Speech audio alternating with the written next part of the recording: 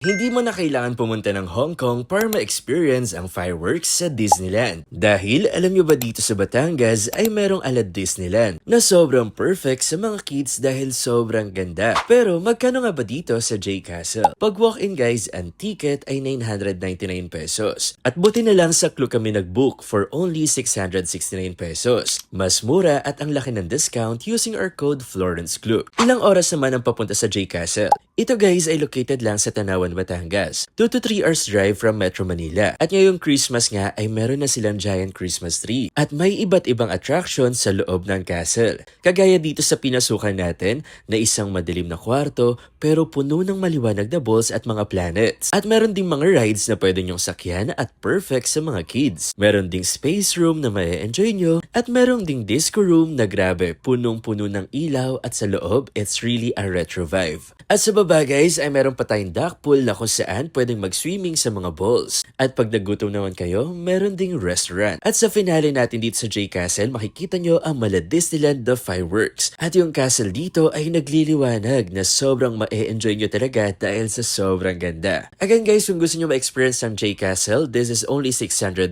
pesos sa Klook. And don't forget to use our Klook code Florence Klook para makakuha ng discount. So kita sa next video. Bye bye!